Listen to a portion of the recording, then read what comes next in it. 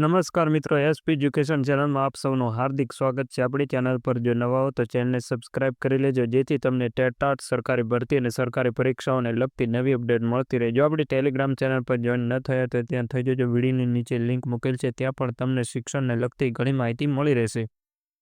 મિત્રો, TET pass ઉમેદવારો દ્વારા આંદોલન કરવામાં આવ્યું અને એની ઇફેક્ટ જોવા મળી ગઈ છે। સરકારી ટાટ હાયર સેકન્ડરીનું ડોક્યુમેન્ટ વેરિફિકેશન 10 માર્ચ સુધીમાં કરી દેવામાં આવશે। ત્યારબાદ સરકારી ટાટ સેકન્ડરીનું ડોક્યુમેન્ટ વેરિફિકેશન 15 માર્ચ રાખવામાં આવશે। ગ્રાન્ટેડ ટાટ હાયર સેકન્ડરીનું ડોક્યુમેન્ટ વેરિફિકેશન 25 માર્ચે કરવામાં આવશે।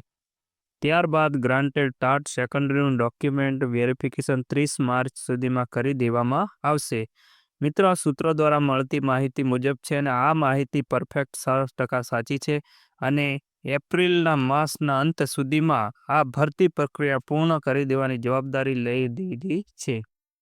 મિત્રો, ડોક્યુમેન્ટ વેરિફિકેશનમાં જેટલા પણ સમાવેશ કરવામાં આવશે એટલાને ડોક્યુમેન્ટ વેરિફિકેશનમાં તમે જે જિલ્લો પસંદ કર્યો છે ત્યાં તમારે જવાનું રહેશે। ડોક્યુમેન્ટ વેરિફિકેશનમાં જેટલી ભરતી છે એનાથી 3 ગણા કે 4 ગણા બોલાવવામાં આવશે। એટલે દરેક ઉમેદવારે પોતાના ડોક્યુમેન્ટ તૈયાર રાખવા અને એક ઝેરોક્ષ કરીને એમાં સેલ્ફ ટ્રુ કોપી પણ કરીને તૈયાર રાખવી। તમે જે જિલ્લો પસંદ કર્યો હશે ત્યાં તમારે ડોક્યુમેન્ટ વેરિફિકેશન માટે જવાનું રહેશે।